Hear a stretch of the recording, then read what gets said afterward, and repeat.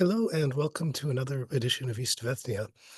This week, I would like to talk to you about the ongoing student protests and the relations between the protest and the regime, how it seems to be going, and who seems to have the advantage.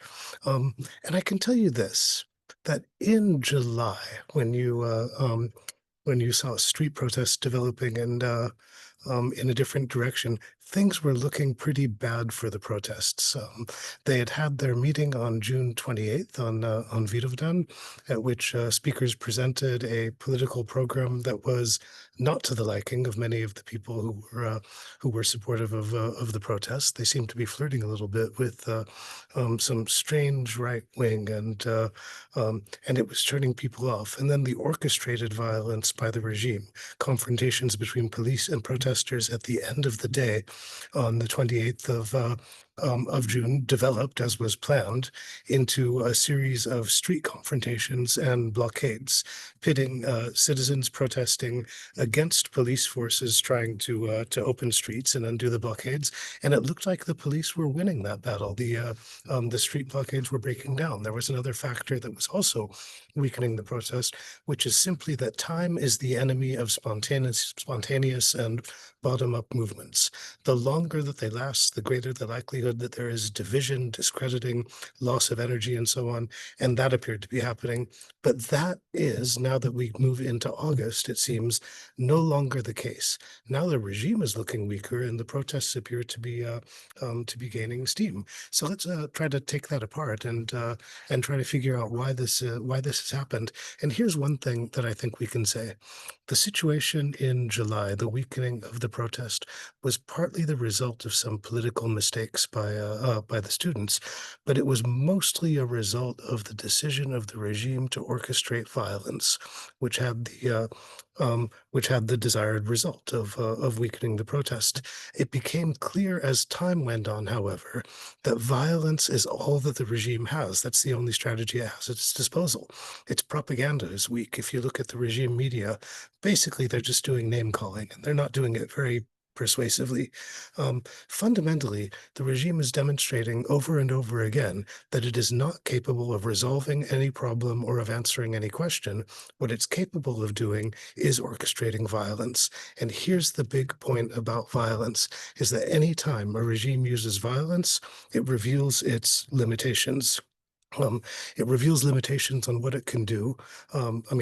First of all, by using violence, it reveals that it doesn't have the capacity to address political problems using political means, but also it reveals limitations on the amount of violence that it can orchestrate. So when you look at the confrontations that are being orchestrated now, who is the regime using to orchestrate violence? Not so much regular police. They're using special units, of which there are not so many. They're using private security companies controlled by political allies, and they're using ordinary thugs who are being organized as kind of a strike force. This reveals the degree to which they do not have confidence that they can rely on regular forces of law enforcement in order to maintain their position. But violence also reveals limitations on another thing. It reveals limitations on what the public will tolerate. There is a level of violence that the public will tolerate, particularly if it believes that there is a necessity to maintain order, and there's a level of violence that the public will not tolerate. The regime clearly crossed the boundary of the level of violence that the public will tolerate at the March protest, when it attacked the civilian protesters using a so-called cannon, a long-range acoustic device. This produced immediate outrage both domestically and internationally. Eventually, the regime was forced to call in the Russian security service to produce a report, or they say they produced the report. They signed it anyway, with fanciful explanations as to what could have produced the effect of the sound cannon. That is, denying that they had done the thing that they had obviously done. And violence reveals limitations on another thing. It reveals limitations on the political capacity and the legitimacy of the regime.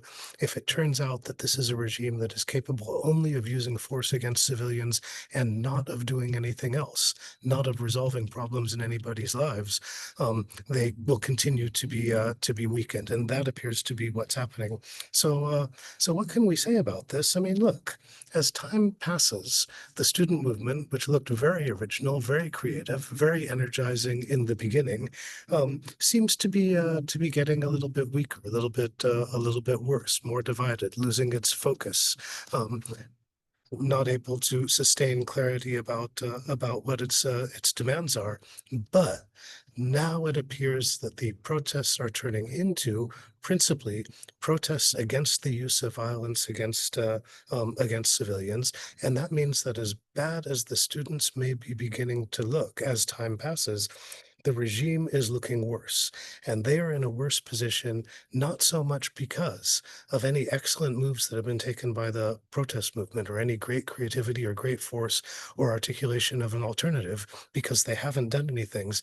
What looks like is happening is that over time, the regime is being destroyed by its own ham-fistedness, its own lack of capacity, and its own brutality. So that's the point that we're at now, where it seems that the protest once again is getting a bit of an upper hand if they are able to generate it creatively into some kind of proposal, into some kind of genuine alternative, into something that fires the imagination in the same way that students were firing the imagination of the public in December and in February. Then we're going to see a big turn back to advantage for the protest movement. So that is what I have to tell you this week.